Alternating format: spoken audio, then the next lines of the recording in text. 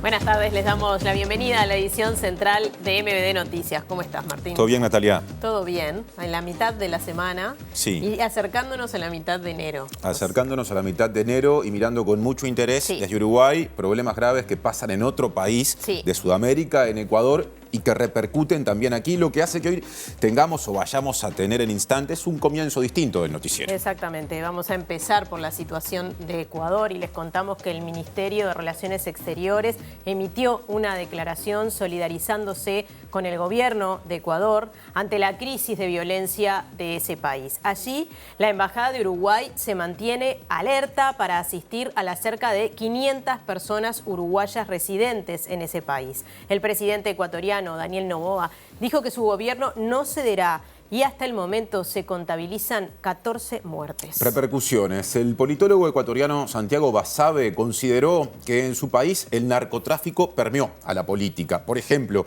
desde Uruguay, el expresidente José Mujica dijo que aquí en Uruguay el narcotráfico no ha ingresado de esa misma forma a la actividad política, pero advirtió que el peligro está latente. Además, el senador y líder cabildante Guido Manini Ríos ayer habló, o mejor dicho, publicó en la red social X y comparó la situación ecuatoriana con la ley que en 1972 estableció aquí en Uruguay el estado de guerra interno. Bueno, vamos a comenzar, como decía Martín, mirando hacia Ecuador, tratando de entender algunos aspectos de esta situación, pero tenemos más. Vamos con los titulares, por favor. El secretario nacional de Drogas, Daniel Radío, plantea eliminar el registro de consumidores de marihuana en farmacias para habilitar a las personas extranjeras a acceder al producto sin caer en el mercado negro. El presidente Luis Lacalle Pou le pidió al diputado del Partido de la Gente, Daniel Peña, que sea candidato a presidente por esa colectividad política en las elecciones de 2024 para mantener la votación de la coalición de gobierno. El Ministerio del Interior reforzará el patrullaje en Ciudad Vieja tras los incidentes del fin de semana pasado y también asistirá a INAU en los controles sobre el ingreso de menores a locales bailables. El ministro de Transporte y Obras Públicas, José Luis Falero, estima que entre abril y mayo el ferrocarril central estará transportando la carga de UPM entre Pueblo Centenario en Durazno y el puerto de Montevideo. La FIFA sancionó a la selección uruguaya de fútbol por algunos hechos ocurridos en las eliminatorias para el Mundial 2026. Deberá reducir la capacidad de espectadores en su próximo encuentro en el Estadio Centenario y pagar una multa económica. Un informe de la Cátedra de Farmacología de la Universidad de la República sobre la eficiencia y la seguridad en repelentes de mosquitos llama a leer las etiquetas de los envases para garantizar la efectividad. La Intendencia de Montevideo avanza en un anteproyecto para construir una ciclovía en la Rambla desde la Escollera Sarandí hasta el Teatro de Verano. El desfile inaugural del Carnaval de Montevideo será el jueves 25 de enero por la avenida 18 de julio, desde la Plaza Independencia hasta la Plaza Cagancha. En Argentina, el gobierno de Javier Milei anuncia despliegue contra el crimen organizado y prevé que las Fuerzas Armadas del país apoyen las labores de la policía en el combate contra el narcotráfico. La Corte Internacional de Justicia, con sede en La Haya, celebrará mañana su primera sesión sobre la demanda presentada por Sudáfrica contra Israel por crímenes de genocidio contra la población palestina de la Franja de Gaza. Aquí está TV Ciudad y eso vale por sus dispositivos. Pueden seguir esta emisión informativa y toda la programación del canal a través de la web de TV Ciudad, tvciudad.uy, y también pueden seguir los noticieros mediante las emisiones en vivo por YouTube. Tenemos, como siempre, móvil de arranque. Sí, Martín, hablábamos de la situación de violencia en Ecuador y de algunas declaraciones polémicas como la del general Guido Manini Ríos. Repercusiones con nuestro compañero Diego Martini. Natalia, Martín, buenas tardes para todas y todas. Así es, en su cuenta de Twitter, Guido Manini Ríos ayer, como bien decían en los adelantos, comparó la situación que estaba ocurriendo en Ecuador con la que sucedió en abril del 72 en nuestro país, y dice: quienes le pidieron en ese momento democráticamente ayuda a las Fuerzas Armadas, hoy reniegan de ellas y piden que sean eliminadas. Y esto trajo una respuesta de Nelson Villarreal, exsecretario de Derechos Humanos, filósofo y especialista en esta materia, con quien vamos a hablar, y que dijo que legitimar la teoría de la excepcionalidad es algo que es antipolítico y que la crisis democrática se debe paliar con democracia misma. Así que sobre esto vamos a hablar con Nelson Villarreal. Otro asunto. En los últimos días se ha hablado en Montevideo y buena parte del sur del país, por lo menos, de invasión de mosquitos. ¿Cómo cuidarse ante ello? ¿Qué productos se deben usar? ¿Son riesgosos? ¿No son riesgosos? Bueno, será parte de un informe que tendremos hoy. Martín Duarte, adelanto. Buenas tardes, soy un poco más cerquita por acá. Eficiencia y seguridad en los repelentes es un informe que presentó la Cátedra de Farmacología y que vamos a estar repasando en la jornada de hoy porque hay aspectos interesantes, sobre todo cómo el usuario debe hacer lectura de la información que aparece en las etiquetas, que es obligatorio por el Ministerio de Salud Pública y que importan a la hora de elegir porque hay distintas concentraciones del producto activo que repelen a los mosquitos y depende de la población a la que se apunten. No es lo mismo para los niños que para los adultos. De todo esto estaremos repasando y también el impacto que tiene ser de un grupo sanguíneo para ser más atractivo para los mosquitos. Esto en un ratito lo comentamos. Franco Zenone, funcionario de Seguridad y Convivencia del Ministerio del Interior, funcionario policial de esa repartición, y la alcaldesa del municipio B de Montevideo, Silvana Pisano, en las últimas horas han hablado de la situación de inseguridad en torno a la Plaza Independencia y en particular a la Ciudad Vieja. Lo que nosotros necesitamos, más allá, por supuesto, de todos los espacios de articulación, son las respuestas que el Ministerio del Interior tiene que dar en situaciones evidentemente complejas para la seguridad de todas las vecinas y los vecinos que vivimos en este territorio. Venimos trabajando con la Brigada Departamental Antidroga en esas denuncias que hemos recogido nosotros mismos de parte de los vecinos sobre posibles lugares de venta de estupefacientes. También hemos recogido las inquietudes con respecto a la visualización de las cámaras. Presenta Mercado Agrícola de Montevideo, en el corazón de un barrio donde late la ciudad. Mercado de historias. Mercado.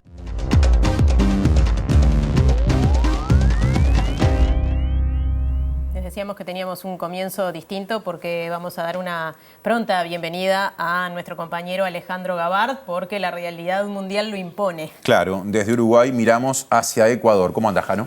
¿Qué tal? Buenas noches, Martín, Natalia, buenas noches para todos. Es así, Ecuador está viviendo y sigue viviendo a estas horas, mucha violencia en su territorio. Esto ha motivado la solidaridad de varios gobiernos latinoamericanos que incluso le han ofrecido ayuda, como el caso de Argentina, y así como destacaban también en los titulares, Argentina está preparando una política para enfrentar una situación que, si bien reconoció el portavoz del gobierno argentino, Manuel Adorni, no es igual a la de Ecuador. Sí, es una situación muy violenta que vive particularmente la ciudad de Rosario, en la provincia de Santa Fe. Pero volviendo a Ecuador, por lo menos son 14 los muertos hasta ahora, tanto algunos integrantes de las bandas criminales como personas inocentes. Está el caso de un cantante muy popular en Ecuador que falleció víctima de un tiroteo cruzado. Explosiones de autos, incendios. Hay más de 100 agentes penitenciarios secuestrados en manos de delincuentes. Es decir, la crisis carcelaria de donde surge toda esta historia o donde comienza en parte, todavía sigue dándose dentro de Ecuador. El presidente Daniel Noboa dijo hoy que no va a ceder ante los grupos criminales y que va a actuar con todo el peso de la ley. El presidente ecuatoriano Daniel Noboa remarcó hoy que su gobierno no va a ceder frente al accionar de grupos criminales y sostuvo que el país está luchando contra bandas terroristas que hoy en día están conformadas por más de 20.000 personas y dijo que cerró la puerta de la negociación con esos grupos y prometió un combate directo para proteger a los ciudadanos.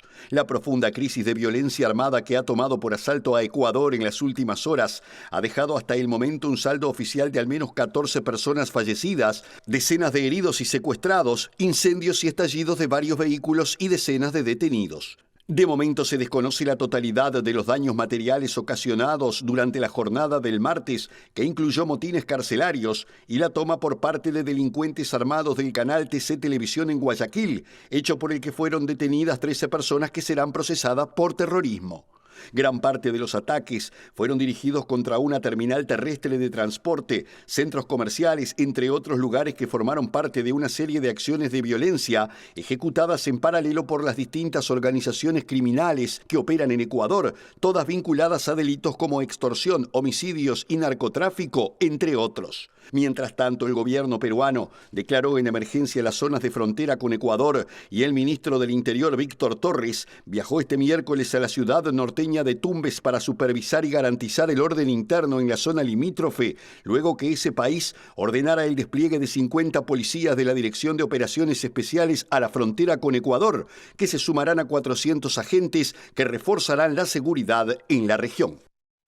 A propósito de Perú, el gobierno peruano ha confirmado y está investigando la posibilidad de que parte del armamento utilizado por las bandas criminales procediera de sus propias Fuerzas Armadas, lo que estaría implicando a algunos integrantes de esa fuerza en Perú en una especie de tráfico de armas hacia bandas delincuenciales en Ecuador, lo que ha generado muchísima preocupación. Por otra parte, el politólogo ecuatoriano Santiago Basabe, profesor de Flaxo, ha dicho que este es el punto culminante de todo un proceso que se viene dando de violencia en Ecuador, sobre todo en los últimos años, y que el narcotráfico ya se ha incorporado a todos los estamentos de la sociedad ecuatoriana, la política, la economía y también la justicia.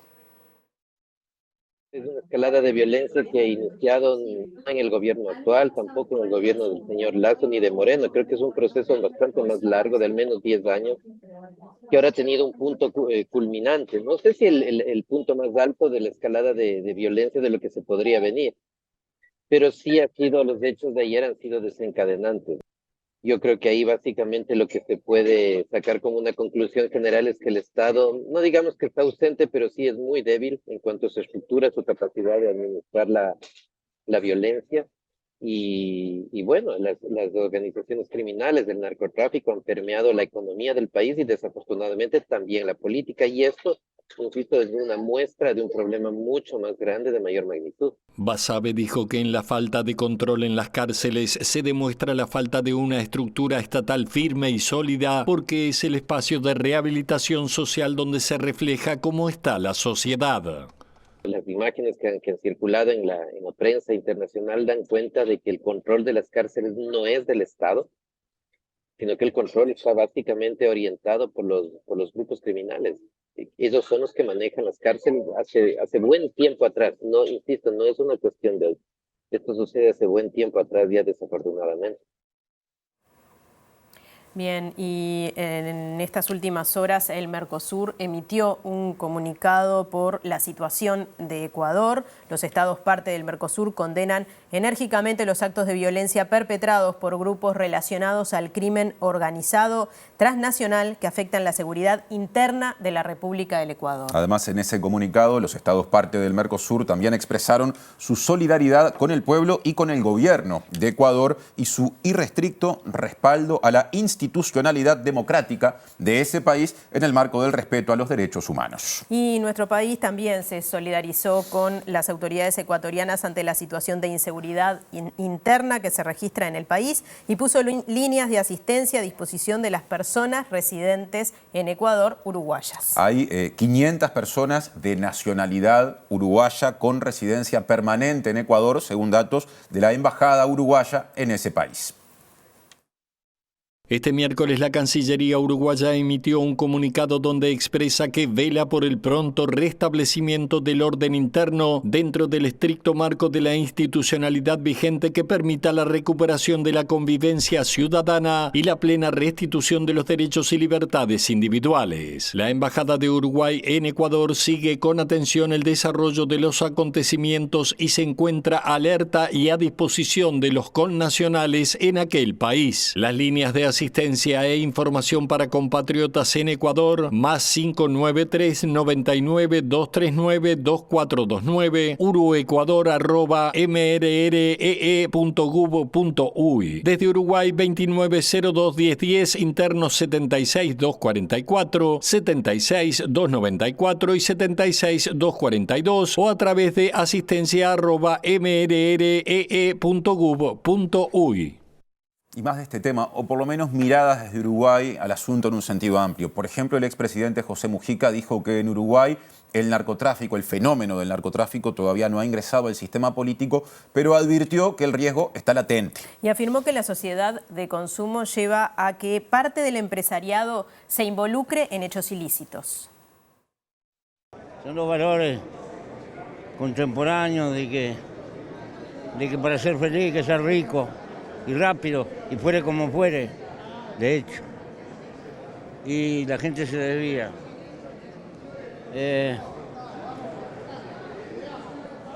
Hay una especie de bobería colectiva de la sociedad consumista que hace equivocar el rumbo con facilidad a la gente. Ante la consulta si el narcotráfico está metido en la política de nuestro país, el expresidente dijo que aún no, pero existe un peligro real. Pienso que no. ¿Por qué? Porque el Uruguay es muy pequeño y eso tiene una ventaja. Nos conocemos todo, se chismea todo, pero nada más que una ventaja. Los peligros están. Bueno, y lo anunciábamos, el senador y líder cabildante Guido Manini Ríos comparó la situación de Ecuador con la ley que estableció el estado de guerra interna en Uruguay en 1972. Estas expresiones generaron respuestas desde el sistema político uruguayo.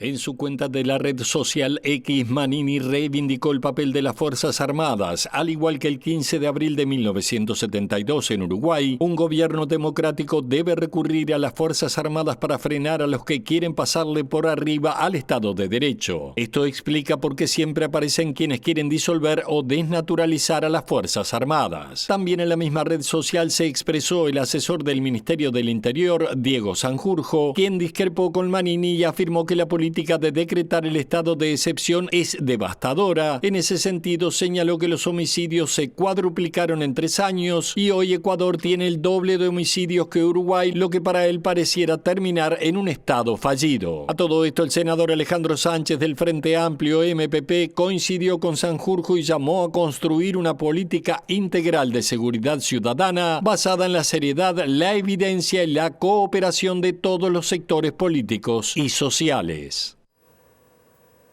Presenta Antel. La comunidad más grande sigue creciendo.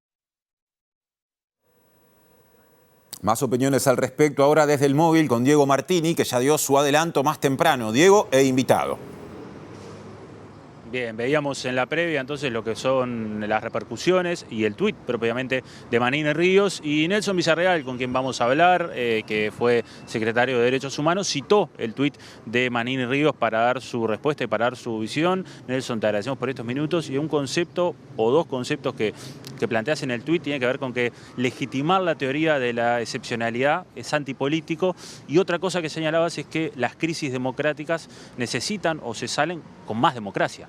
Totalmente, porque los dilemas de la democracia, que son siempre conflicto, la democracia es conflicto, es crisis, la teoría de la excepcionalidad frena con la no política y agudiza en definitiva el caos. Por pretender anular el caos por el orden, termina generando lo que vimos en el caso de Uruguay, que terminó generando el terrorismo de Estado.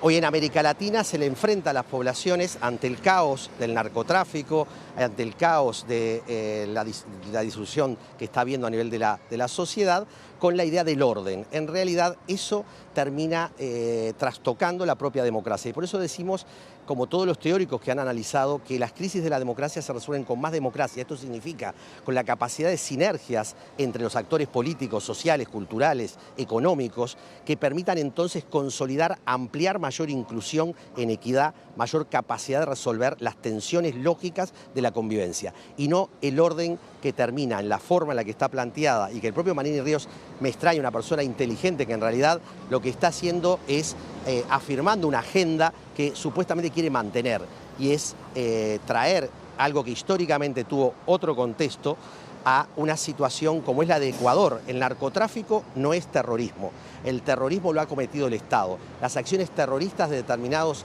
actores en la sociedad no se frenan a partir de esa acción del orden, sino de convocar a una mesa política, a una capacidad de articular de actores.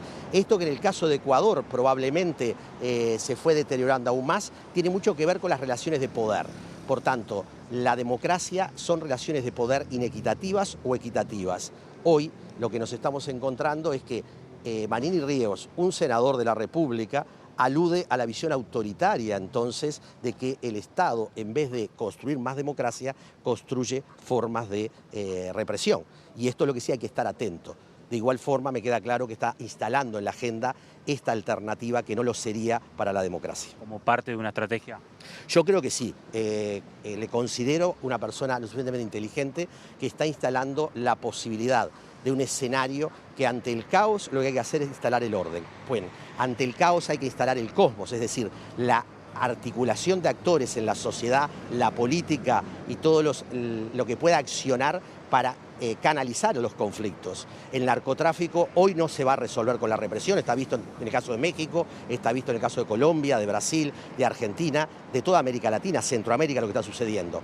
Va a resolverse transparentando lo que es los mercados que se han generado a través de la delincuencia, con la necesaria legalización de las drogas, con la necesaria regulación, con la necesaria construcción de una sociedad que sea capaz de hacerse cargo de esos procesos y no de trastocar y poner al Estado nuevamente contra la sociedad. Porque tengamos claro, el ejército no está para crear el orden interno, está para defender las fronteras de un país, está para dar estructura en ese sentido. Apelar a las medidas prontas de seguridad como lógica es trastocar la propia idea de lo que el ejército tiene que hacer.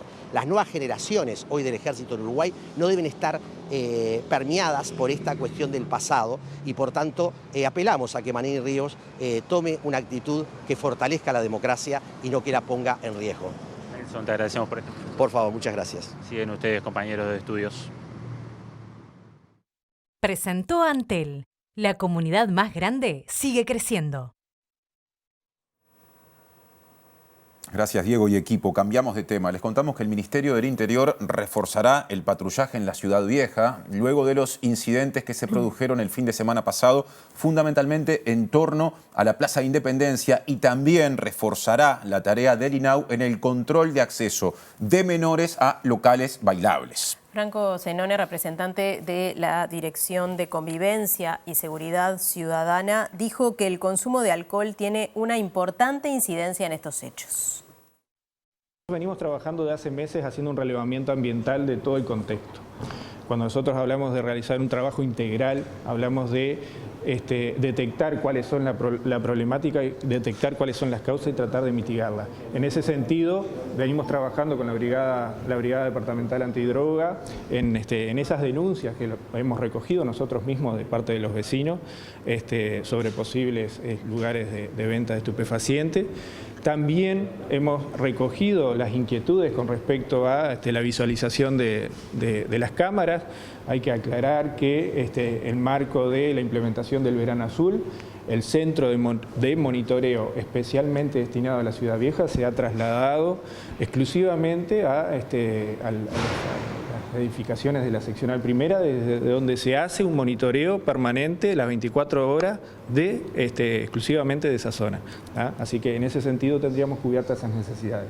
El Ministerio acordó mantener las reuniones con la Intendencia de Montevideo y el INAU para darle seguimiento al tema. El jefe del Estado Mayor de la Policía, Richard Cabral, informó que la comuna les brindará un listado detallando los locales bailables que están habilitados para hacer una revisión de las certificaciones de seguridad. Se les ofreció inclusive una recertificación en cierta forma de los estudios de seguridad sobre los locales bailables, si se entiende que es necesario volver a repasar porque sufrieron modificaciones en las instalaciones o porque ampliaron otros servicios. Bueno, iremos junto con ellos y evaluaremos todo los locales bailables. Ellos nos van a ceder una lista de los que están habilitados y bueno, nosotros con esa lista habilitada veremos cuáles son los que realmente están habilitados y cuáles los que no son habilitados, y informaremos a la Intendencia de la existencia de esos locales. Otro asunto. El secretario general de la Secretaría Nacional de Drogas, Daniel Radío, se expresó a favor de eliminar el registro de personas consumidoras de marihuana en farmacias, porque así las personas extranjeras podrían llegar o acceder a la sustancia sin recurrir al mercado ilegal. Y dijo que la mitad de la población usuaria en Uruguay de esta sustancia se abastece en el mercado regulado, o sea, en el legal. ¿Qué pasa? Cuando uno mira a cuántas personas llegamos con el mercado regulado, hoy estamos llegando más o menos a la mitad de la población que consume cannabis. Hay otras personas que no acceden al cannabis regulado y que en algunos casos estas personas son las más excluidas de la sociedad. Para las personas más excluidas de la sociedad, registrarse es una montaña demasiado empinada. en algunos casos porque tienen que estar documentados, en otros casos tienen que tener un certificado de domicilio, gente que no tiene domicilio o cosas por el estilo. Bueno, habilitemos que esas personas no tengan que ir al mercado negro, que puedan comprar.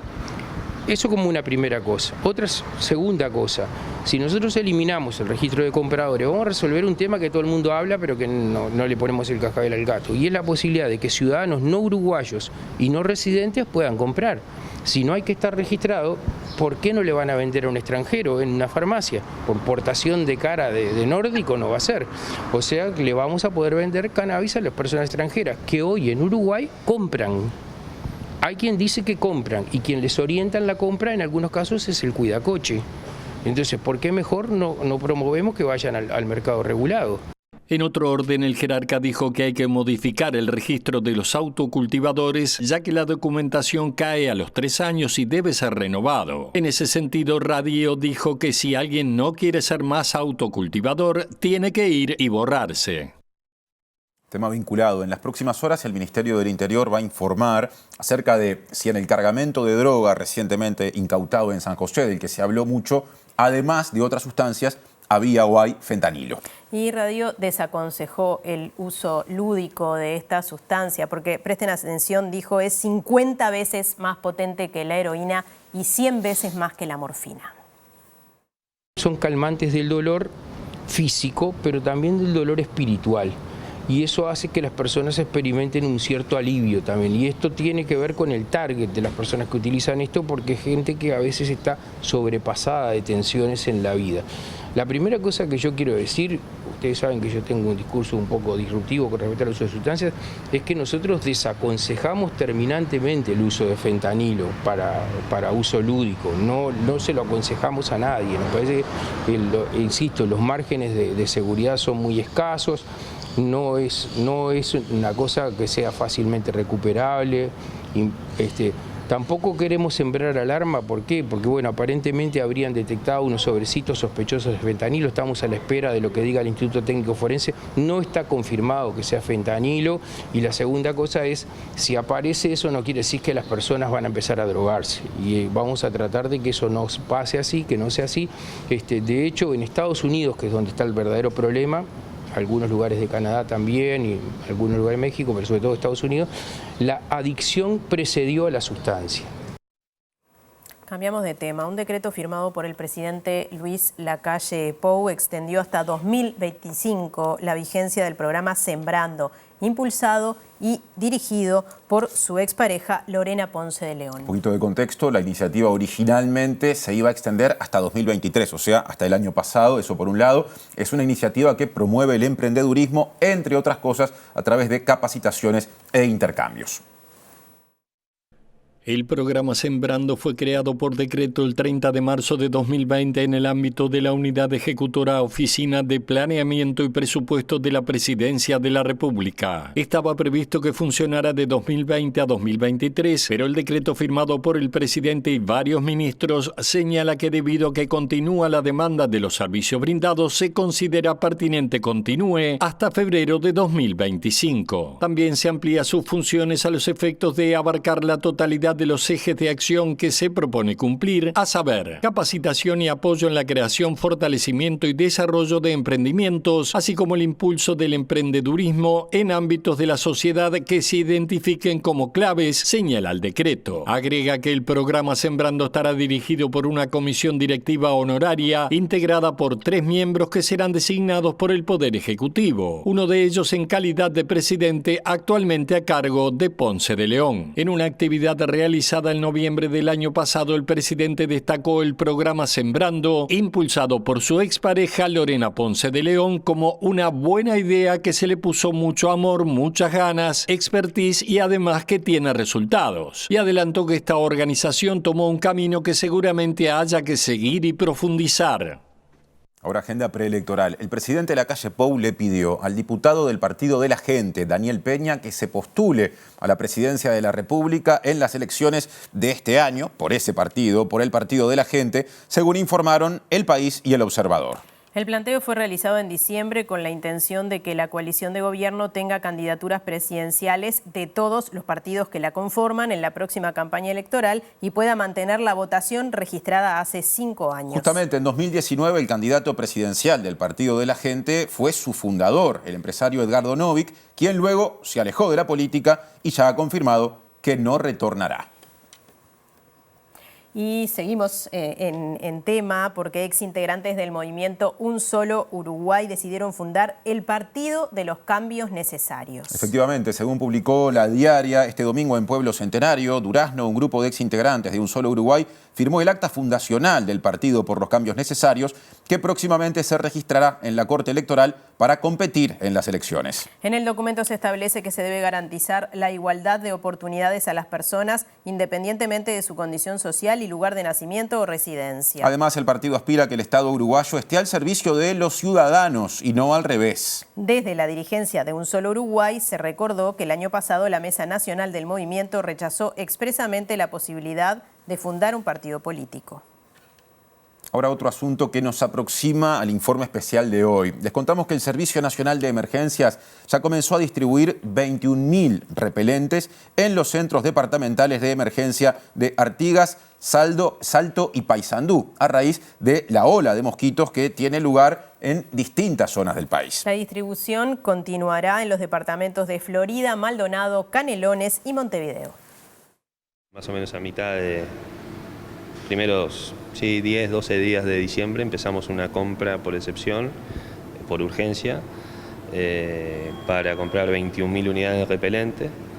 Antes habíamos conseguido una donación de una empresa privada, de las que siempre donan al sistema, 1.200 unidades de repelente que las mandamos enseguida para Artigas, Salto y Paysandú. Había mucha agua, altas temperaturas, eso hace que haya más mosquitos. Los repartimos, se los damos a los coordinadores de los centros departamentales de emergencia, ¿no? Y ahí, que están todas las instituciones del Estado en el departamento, se distribuyen. Arrancamos, sí, obviamente por el norte, por el litoral norte, por la urgencia de las inundaciones. Estamos esperando otra entrada ahora de los proveedores y ya la idea es repartir también en toda la zona sur del país, darle a los, justo hoy hablé temprano con Florida, también ayer con Maldonado, a Montevideo, Canelones, y también hicimos una compra de productos químicos de fumigación, pero no para fumigar masivamente, porque no tiene mucho sentido, sino en focos o lugares específicos donde las autoridades competentes digan, pero bueno, para ayudar a las intendencias también en eso, que un poco es tarea de todo y es un poco lo que tiene que hacer el Sistema Nacional de Emergencia. Y los repelentes parece ser un elemento imprescindible en estos días para poder permanecer en un espacio público, pero ¿qué tenemos que saber? Hay que saber cosas al respecto. Informe de Martín Duarte. Adelante, Martín. ¿Cómo andan? ¿Cómo la vienen llevando ustedes con los mosquitos? ¿Bien? Bueno, ahí, más o menos. Con alguna dificultad. Es interesante este informe porque nos pone a tono también con un elemento hasta cultural, ¿no? Que pasó también con la utilización, en este caso de los protectores solares en un primer lugar, de conocer a la hora de comprar. Y este informe que elabora el departamento de la Cátedra de Farmacología de la UDELAR, del Hospital de Clínicas, nos va a poner a tono con algunos elementos que hay que saber. Para eso vamos a compartir la primer placa que habla de las sustancias, los principios activos de los 5 repelentes o las 5 sustancias con principio activo que hay en nuestro país, que son estas: el DIT, que en este caso está conformado por dietoltulamida, la picardina, tenemos también el aminopropionato, la citronela, que es uno de los populares o conocidos, y el metanediol. Bueno, ¿qué pasa con estos 5? En particular hay que conocer la concentración en la que viene la aplicación y esto se encuentra en las etiquetas justamente de los envases. Y nos vamos a focalizar en los dos que, a entender de este informe, son los más efectivos. Y la segunda placa nos muestra un poco las proporciones en la que viene las concentraciones disponibles aquí en nuestro país del DET. Que se encuentran del 7 al 25% y de alguna forma el de 25% es el más recomendado para adultos a partir de los 12 años, ¿no? Se habla de una efectividad aproximada de las 8 horas de duración.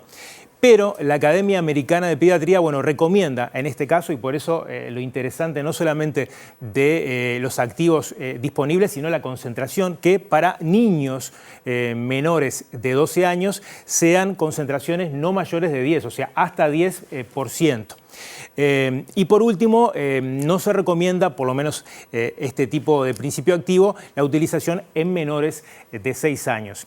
Si pasamos al otro principio activo, la otra sustancia de las dos más efectivas que recomienda el informe, es el caso de la picardina, que también se encuentra en diferentes proporciones, hay menos variedad que la anterior, en 16, en 20 y el 25%, y pasa lo mismo que la concentración anterior, hasta 20% tienen un efecto que dura entre las 8 y 10 horas, muy similar al DET, y también en este caso se recomienda justamente a los niños menores de 12 años no aplicar sustancias por encima del 10% de concentración. Hay otro que es muy popular, que lo veíamos recién en la distribución de los 5 que se distribuyen aquí en nuestro país, que es la citronela, y que muchas veces se encuentra a nivel de lo que son las pulseras. En este caso, la citronela es el principio activo de las sustancias repelentes el menos efectivo. Llega a alcanzar las 2 horas de duración y particularmente la aplicación de pulsera es la menos recomendada.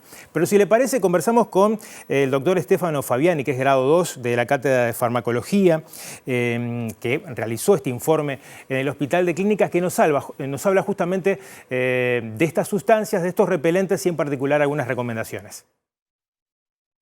El DET tiene distintas concentraciones disponibles para su uso y a mayores concentraciones ofrece una protección frente a la picadura un poco más duradera. Sin embargo, se ha visto en distintos trabajos que con 1 a 2 aplicaciones diarias, independientemente de la duración de esa aplicación, es suficiente. Entonces, concentraciones hasta un 30%, que es lo más recomendado porque concentraciones mayores tienen mayor riesgo de toxicidad.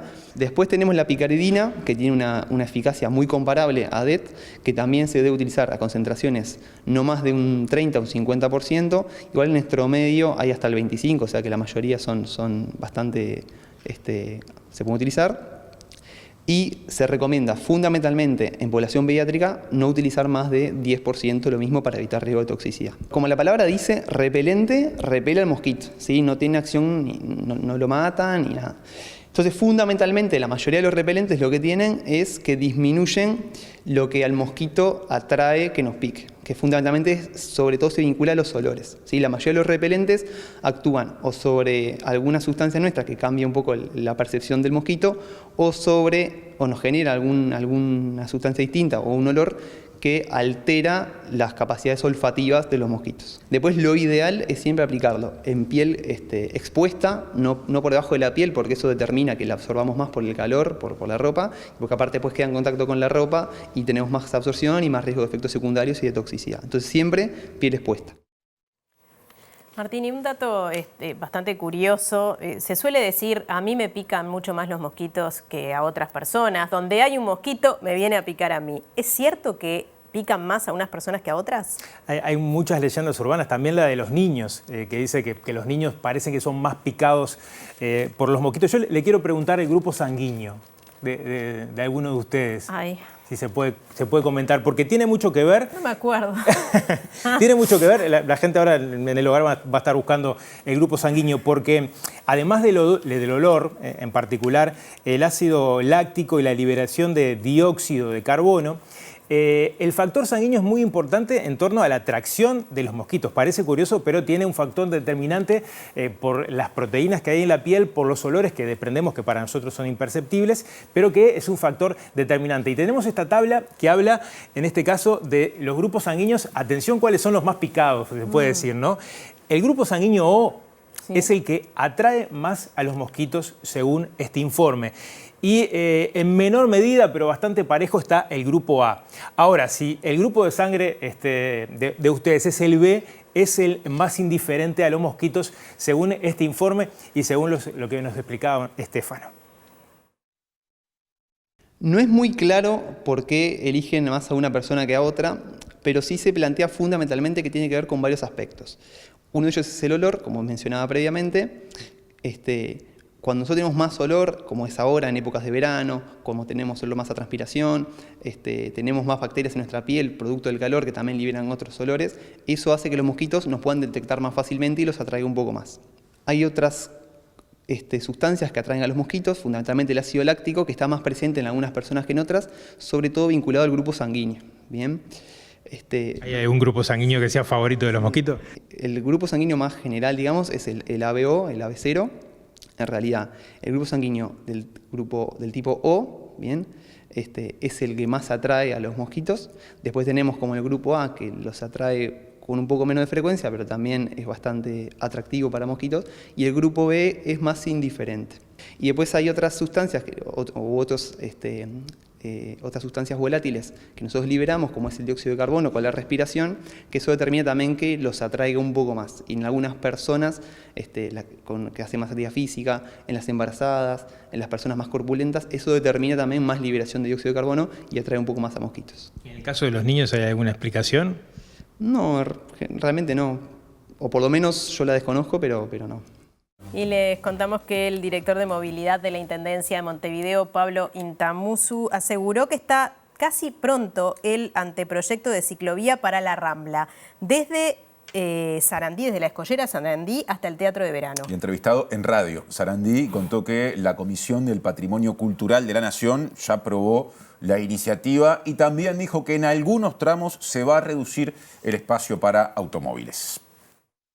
Va a haber una combinación allí de soluciones, que es un poco lo que también hemos buscado, porque tuvimos la respuesta formal y escrita de la Comisión Nacional de Patrimonio, porque como ustedes saben, y como sabe la población, nuestra Rambla es parte del patrimonio, y entonces lo que hagamos allí sobre el pavimento ese de granito tan hermoso que todos atesoramos, tiene que ver con una coordinación y un visto bueno desde el punto de vista técnico de la Comisión de Patrimonio. Le mandamos una propuesta y la Comisión de Patrimonio ya nos contestó que están de acuerdo con la propuesta técnica que les enviamos. Intamusu aseguró que en este momento Montevideo tiene una red de bicisendas y ciclovías de cerca de 70 kilómetros, pero asumió que hay zonas del departamento con carencias en ese sentido. Defendió estas inversiones y recordó que son parte de definiciones incluidas en el programa de gobierno del Frente Amplio. Tenemos ese mandato de alguna forma de seguir adelante con esa red que cada vez Montevideo la está teniendo más. Creo que estamos teniendo hoy por hoy alguna deuda con la población del oeste, que creo que por temas de tiempo será la próxima administración la que determine y defina cuáles van a ser allí los proyectos. Otro asunto, el ministro de Transporte y Obras Públicas, José Luis Falero, dijo que estima que entre abril y mayo el ferrocarril central ya estará transportando carga entre la planta de UPM ubicada en Pueblo Centenario, departamento de Durazno, y el puerto de Montevideo. Además confirmó que habrá 50% de disponibilidad en la vía para que otras empresas puedan operar. Hoy se está trabajando con la gente de la empresa constructora y con UPM, ultimando detalles de lo que son la entrega, o por lo menos de la parte que aún queda, que es la señalización, para tener toda la tranquilidad, que es la etapa final. La obra ferroviaria en sí, la vía, está pronta, a tal punto que pudimos probar la locomotora con los 26 o 27 vagones que en toda su extensión, desde Montevideo hasta la planta de UPM, vacíos, ¿verdad? Y eso nos hace pensar de que con 2 o 3 meses de prueba, donde además se capacita al personal que va a conducir las locomotoras y se va viendo también la construcción de la propia vía, si no aparece alguna falla, alguna dificultad, se requieren 3 meses o 4 meses para poder tener toda la tranquilidad de que todo está funcionando en condiciones con un ferrocarril moderno que Uruguay no tenía y no estaba acostumbrado y que requiere de mucha seguridad para evitar algún siniestro, ¿verdad? Y en ese aspecto se viene trabajando fuertemente. Estimamos que por ahí, por abril o mayo, estamos ya transportando la carga de UPM y en paralelo estimamos también que se van a abrir otras cargas de otras empresas que van a poder circular con ese 50% de disponibilidad que nos queda en la vía una vez que UPM entre a funcionar. Y la Coordinación por Palestina en Uruguay entregó esta mañana una carta en la Embajada de Sudáfrica en apoyo a la demanda que ese país hizo contra Israel por cometer el delito internacional de genocidio contra la población de Gaza. Hablamos con Cristian Mirza, que es integrante de ese colectivo y llamó a parar lo que definió como masacre en Gaza justamente, donde dijo que no hay una guerra entre estados, sino entre una organización u organizaciones de resistencia y un ejército ocupante. Esto no empezó el 7 de octubre. El segundo dato, no es una guerra. No hay dos estados confrontados. Hay grupos de resistencia y hay un ocupante. El acto del 7 de octubre del 2023 puede considerarse efectivamente como un acto terrorista. Pero, al mismo tiempo, lo que hace el régimen israelí es terrorismo de Estado sistemático, planificado y permanente. La Coordinación Uruguaya por Palestina se suma a otras organizaciones de derechos humanos que saludan la iniciativa de Sudáfrica ante la Corte Internacional de Justicia porque es un mensaje de esperanza en la restauración del orden legal internacional. Están denunciando una acción en curso de genocidio, ¿sí? Quiere decir que hay una intencionalidad de exterminio total o parcial de una población por X razones. ¿Para usted ese genocidio? Sí, no cabe ninguna duda. Presenta Mercado Agrícola de Montevideo, en el corazón de un barrio donde late la ciudad. Mercado de Historias. Mercado de Historia.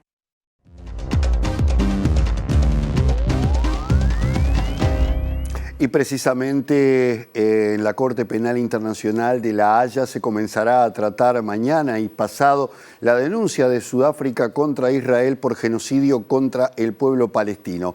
Esto está apoyado por más de 60 países y unas 900 organizaciones que entienden que Israel está cometiendo un acto de genocidio en Gaza. Y si bien esto no va a tener una pronta resolución y podría e incluso durar años, bueno, lo que pretende Sudáfrica y los países que han planteado esto ante la Corte Penal Internacional es que ésta obligue a Israel a detener estos ataques, porque entiende Sudáfrica que no solamente está el efecto militar directo sobre la muerte y el martirio de las personas, sino también las políticas que se llevan a cabo para impedir que ingrese la ayuda humanitaria y someter a toda clase de vejámenes al pueblo palestino.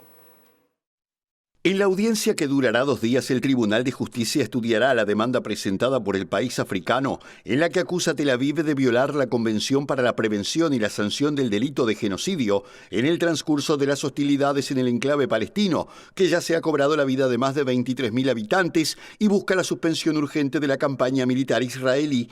Los días 11 y 12 de enero, Sudáfrica e Israel dispondrán cada uno de 2 horas en ambas jornadas para presentar sus argumentos, aunque el caso no se decidirá esta semana, ya que este tipo de acciones judiciales pueden tardar años en resolverse, pero Sudáfrica ha pedido a la Corte que obligue a Israel a cesar sus operaciones militares en la Franja de Gaza y detener cualquier acto genocida o tomar acciones razonables para prevenir el genocidio y emitir informes periódicos a la Corte sobre dichas medidas. En la demanda de 84 páginas, Sudáfrica acusó a Israel de matar a palestinos en Gaza, causarles graves daños físicos y mentales e infligirles condiciones de vida calculadas para provocar su destrucción física, refiriéndose a la restricción del acceso humanitario al enclave, así como al corte de servicio eléctrico y de agua potable. La decisión de Sudáfrica de demandar al país hebreo fue apoyada por la Organización de Países Islámicos, formada por 57 estados, así como por Malasia, Turquía, Jordania, Bolivia, Venezuela, Maldivas, Namibia, Pakistán y más de 900 organismos y grupos sociales. Y volviendo al tema de Ecuador y de lo que ha provocado en la región, el gobierno argentino también ha tomado medidas particularmente relacionadas con la situación que vive en la ciudad santafesina de Rosario. De hecho, el portavoz presidencial Manuel Adorni dijo hoy que en Argentina no hay lugar para narcos y se estudiará la posibilidad de que el ejército pueda participar, o las Fuerzas Armadas, en apoyo a la policía en el combate al narcotráfico, particularmente en esa ciudad argentina. Adorni reconoció que si bien la situación no es para nada similar a la que se vive en Ecuador, son hechos que pueden llegar a producir también conmoción como lo están haciendo en ese país. El vocero de la presidencia argentina, Manuel Adorni, afirmó este miércoles que el gobierno de Javier Milei prevé que las Fuerzas Armadas del país apoyen las labores policiales en el combate contra el narcotráfico, especialmente en la ciudad de Rosario, reconociendo que el país también afronta el problema del crimen organizado, pero sostuvo que en Argentina no hay lugar para los narcotraficantes. Aunque consideró que la magnitud de la violencia es menor con respecto a lo que ocurre en Ecuador, el vocero presidencial reconoció que para el Ejecutivo es una urgencia enfrentar el crimen organizado con todo el peso de la ley, ya que dijo que estos hechos de violencia no escapan a la realidad argentina, destacando que solo en la ciudad de Rosario la tasa de homicidios es de 22 por cada 100.000 habitantes, un 66% más que en 4 años y hasta ahora la mitad de los homicidios que tiene Ecuador, según comparó. En esa línea, el funcionario aseguró que hay un dispositivo conjunto entre los ministerios de Defensa y Seguridad, porque el objetivo es que las Fuerzas Armadas apoyen las labores dentro del marco de la ley, en virtud del combate contra el narcotráfico, que dijo es un tema continental, ya que lo que pase en Ecuador, Colombia, Perú y Bolivia influye en Argentina. Adorni ratificó el mensaje de solidaridad del gobierno de Milei con Ecuador un día después de que la ministra de Seguridad argentina, Patricia Bullrich, afirmara que su país está dispuesto a mandar fuerzas de seguridad si hace falta para ayudar al gobierno ecuatoriano. Presentó Mercado Agrícola de Montevideo, en el corazón de un barrio donde late la ciudad. Mercado de Historias. Mercado de Historia. Otras noticias. El presidente de la Agencia del Cine y el Audiovisual del Uruguay, Facundo Ponce de León, dijo que lograr que la gente vea más cine uruguayo es un desafío y anunció que durante este año habrá 54 estrenos de películas nacionales. Y un informe que elaboró el instituto que Ponce de León dirige señala que el consumo en salas de películas nacionales es de 2,3%. La primera mirada es que tenemos un desafío por delante y es que más gente vea más cine nacional. Tenemos mucho la energía puesta en producir la obra, pero una vez que esa obra está finalizada, la vida que empieza, ¿no? Lo que se llama el estreno y todo lo que viene después, ahí no tenemos todavía tanto desarrollo, lo que se llama distribución y exhibición, que la vida de la obra sea una vida larga, ¿no? Y una vida fructífera y una vida floreciente. Eso es lo que tenemos que trabajar. Más diálogo con las salas del interior, tenerlas mejor mapeadas, tener contacto más directo. También dentro de lo que es el cine en Montevideo, Cinemateca y Sala B del Sodre son como los grandes embajadores del cine nacional, entonces también hay algo para trabajar con el resto del ecosistema de las salas. El presidente de la CAU también se refirió al reciente estreno de la película La Sociedad de la Nieve. Y La Sociedad de la Nieve son esos casos que decís, ¿por qué no es uruguaya? Si un productor asociado es uruguayo, el actor protagónico es uruguayo, el director de fotografía es uruguayo y la historia es uruguaya. Bueno, ahí hay cuestiones técnicas, es una producción de Netflix y de España y va a competir a los Oscar por ellos. Yo lo que siento ahí es una inconmensurable oportunidad. Y lo que hace Bayona es alucinante en el sentido de que él hace una película a escala global pensando en los Oscar. Y sin embargo, todo el checklist de cosas que podría haber usado para llegar más fácil, las desestima. No tiene una celebrity, o sea, Enzo Bogrinsic, que es el actor protagónico, es la segunda película que filma en su vida y es uruguayo, ¿tá? De la zona de la Gruta de Lourdes, y lo fue a buscar a él.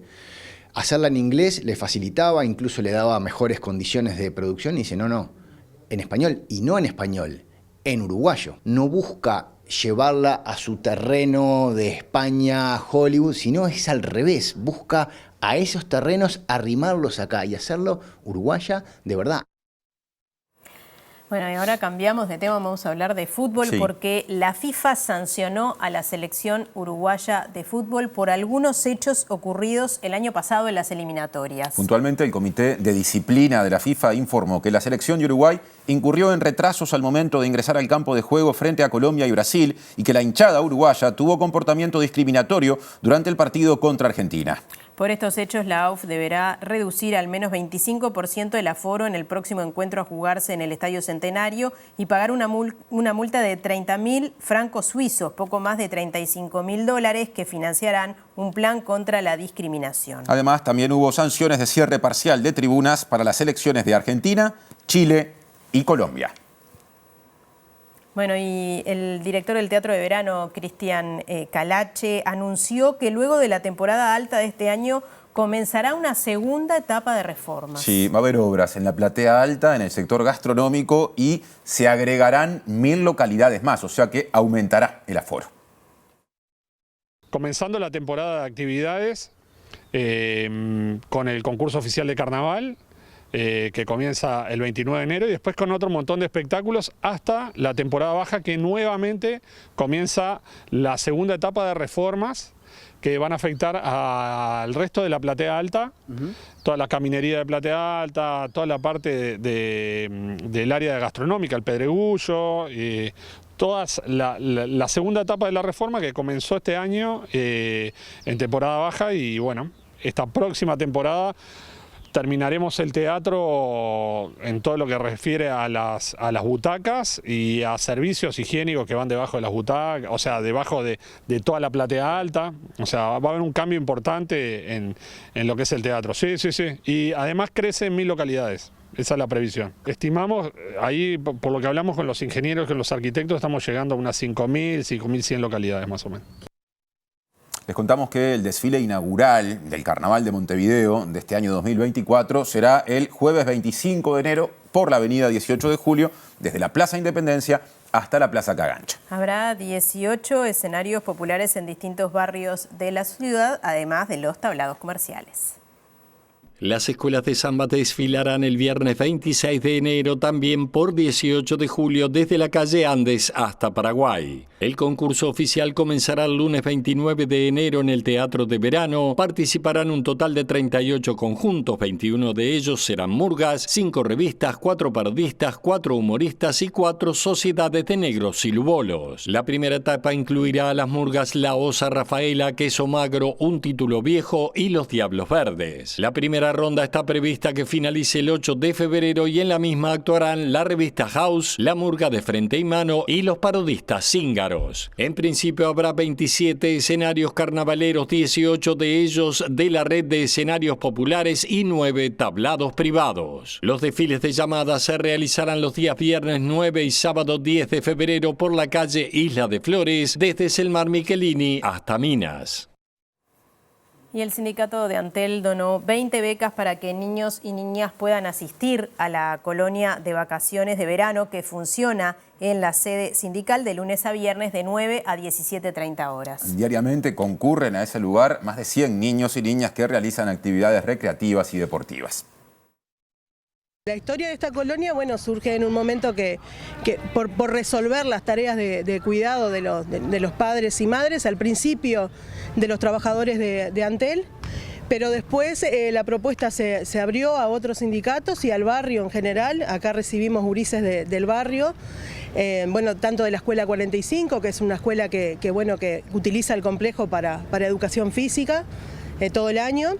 Y bueno, también chiquilines que van a otras escuelas, pero vienen todos los años a la colonia de vacaciones, la están esperando. Este año tenemos aproximadamente 20 becas, 10 son del municipio B, que nosotros trabajamos en conjunto, y otras 10 son becas que brindó Sutel, tanto afiliados a Sutel como a personas del barrio.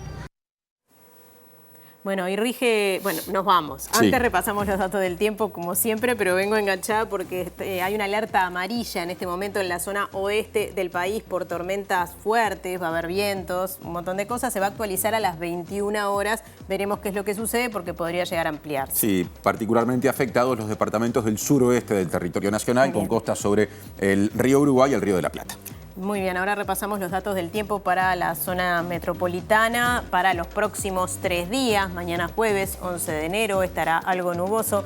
No hay ya pronóstico de lluvia o muy escasas lluvias pronosticadas. Hay una mínima de 19 grados y una máxima de 28. Vean ese icono con el sol radiante. Eso se proyecta o se pronostica para el viernes 12 de enero en Capital y cercanías. Mínima 15 grados, máxima 27. Como ven ahí, no se espera que llueva. Tampoco el sábado 13 de enero. Alguna nubecita aparece, la mínima 16 y la máxima aumenta a 31. estalló el verano, como dicen por algún lado. Un poco tardíamente, pero se empieza a sentir, por lo menos en Montevideo, que es desde donde lo vivimos quienes estamos aquí. Seguramente en algunas otras zonas del país se sienta bastante también más el de verano, repente, ¿no? Mucho más, sí, seguramente. Sí. Bueno, nos vamos, pero les pedimos como todos los días que se queden en la pantalla de TV Ciudad. Lo mejor del lado B está a punto de comenzar y luego llegará Mira Montevideo. Y nosotros nos reencontramos mañana a las 19 horas. Que pasen lindo. El secretario nacional de Drogas, Daniel Radío, plantea eliminar el registro de consumidores de marihuana en farmacias para habilitar a las personas extranjeras a acceder al producto sin caer en el mercado negro. El presidente Luis Lacalle Pou le pidió al diputado del Partido de la Gente, Daniel Peña, que sea candidato a presidente por esa colectividad política en las elecciones de 2024 para mantener la votación de la coalición de gobierno. El Ministerio del Interior reforzará el patrullaje en Ciudad Vieja tras los incidentes del fin de semana pasado y también asistirá a INAU en los controles sobre el ingreso de menores a locales bailables. El ministro de Transporte y Obras Públicas, José Luis Falero, estima que entre abril y mayo el ferrocarril central estará transportando la carga de UPM entre Pueblo Centenario, en Durazno, y el puerto de Montevideo. La FIFA sancionó a la selección uruguaya de fútbol por algunos hechos ocurridos en las eliminatorias para el Mundial 2026. Deberá reducir la capacidad de espectadores en su próximo encuentro en el Estadio Centenario y pagar una multa económica. Un informe de la Cátedra de Farmacología de la Universidad de la República sobre la eficiencia y la seguridad en repelentes de mosquitos llama a leer las etiquetas de los envases para garantizar la efectividad. La Intendencia de Montevideo avanza en un anteproyecto para construir una ciclovía en la Rambla desde la Escollera Sarandí hasta el Teatro de Verano. El desfile inaugural del Carnaval de Montevideo será el jueves 25 de enero por la avenida 18 de julio, desde la Plaza Independencia hasta la Plaza Cagancha. En Argentina, el gobierno de Javier Milei anuncia despliegue contra el crimen organizado y prevé que las Fuerzas Armadas del país apoyen las labores de la policía en el combate contra el narcotráfico. La Corte Internacional de Justicia, con sede en La Haya, celebrará mañana su primera sesión sobre la demanda presentada por Sudáfrica contra Israel por crímenes de genocidio contra la población palestina de la Franja de Gaza.